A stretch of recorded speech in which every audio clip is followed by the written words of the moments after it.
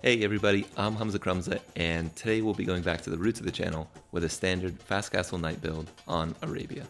I'm going to be using the Byzantines to make sure we don't get any sneaky eco bonuses that will make the build any easier, and to keep it as standard as possible. I'll also be trying to show you how to wall with your team in mind to keep everyone safe. I hope you enjoy.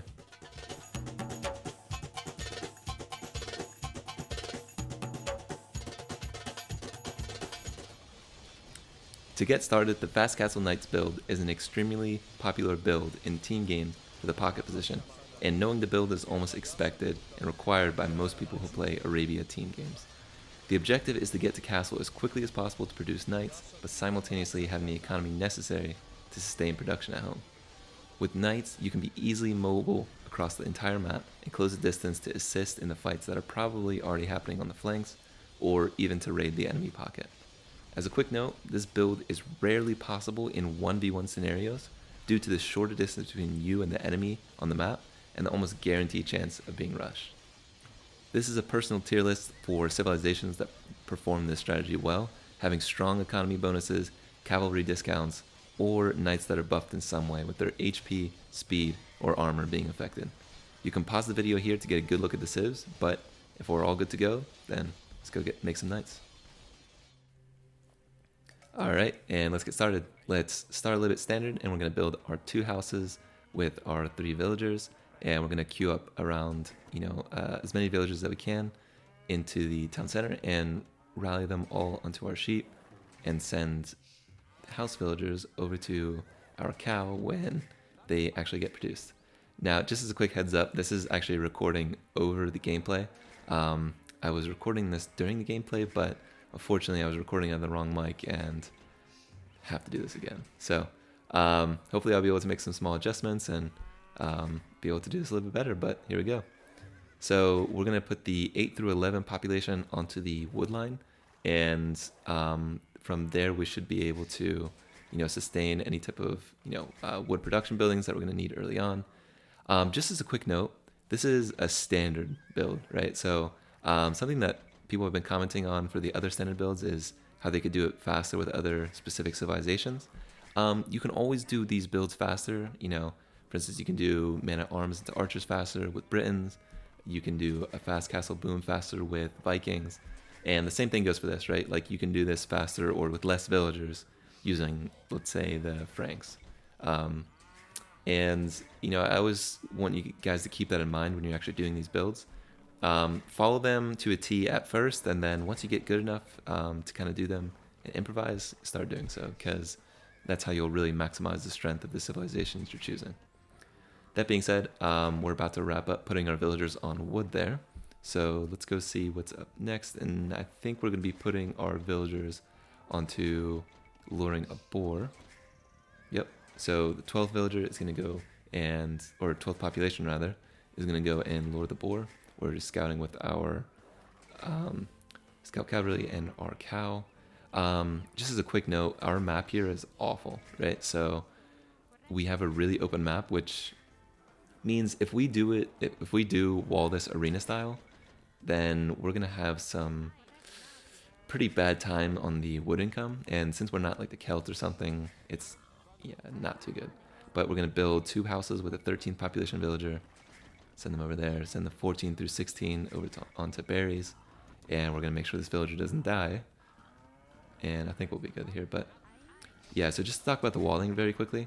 Now, you can actually wall arena style here, you can wall around your full base, but I figured, especially using this map as an example, it would be good to actually show how you would go about team walling. So what we're going to do, we're actually going to keep that berry villager, or rather that house villager, building some houses, and he's just going to wall the front of our base, right?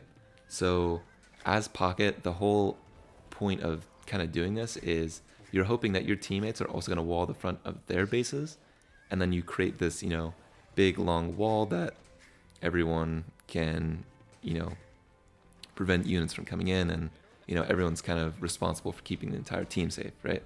So I think this is a pretty good idea, especially when you're trying to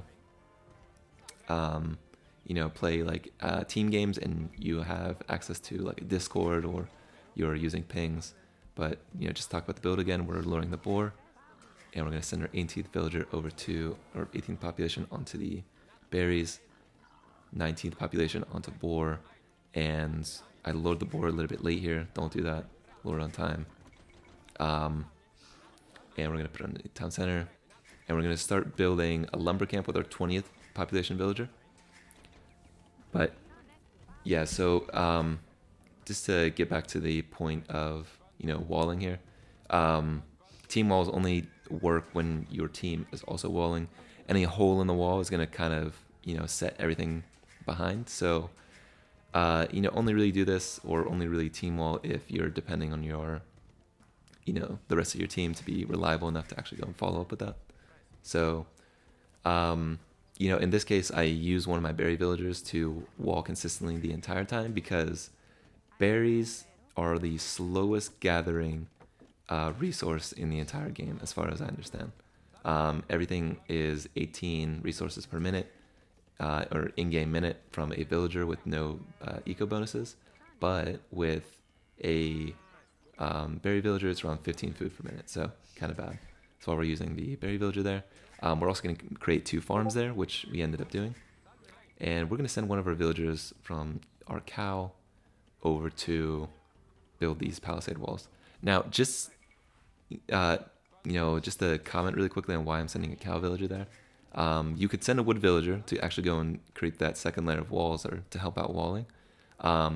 But you only really want to do that if there's not too much to wall there, right?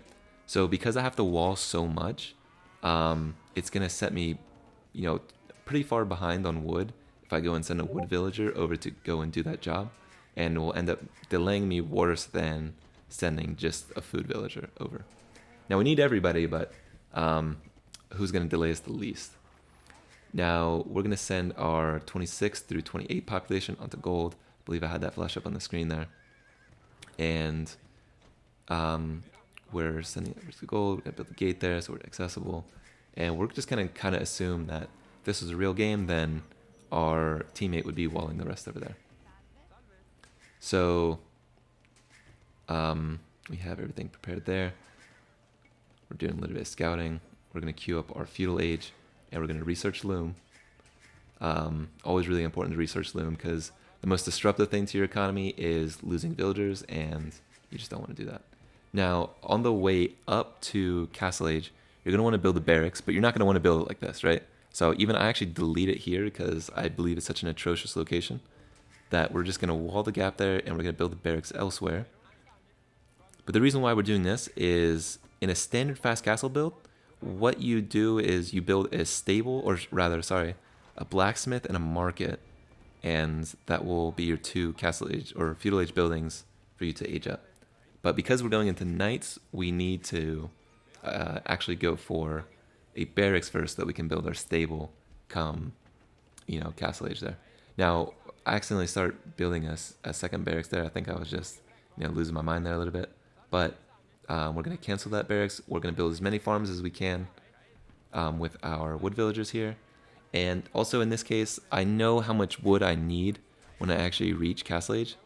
So if you're going to be too starved on wood by creating, let's say 8 farms, just create 6 and send the other 2 over to berries or something. And that will be the best way to actually go about adjusting for that. Now, we're going to use 2 of our wood villagers to go and build a stable, and then another one of our wood villagers to go and build the blacksmith.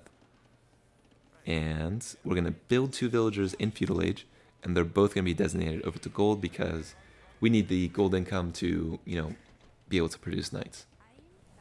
Or rather, produce enough knights to be effective. You don't want to be constantly producing them, I don't think. So, once we actually get our stable up and we get our blacksmith up, we'll be clicking up to the Castle Age. But let's wait for the prompt to come and tell us. And we have our blacksmith, and we have our stable. Perfect. So we're going to do a little trick, put our villagers in the town center here, and we're going to click up to Castle Age. There we are. Perfect.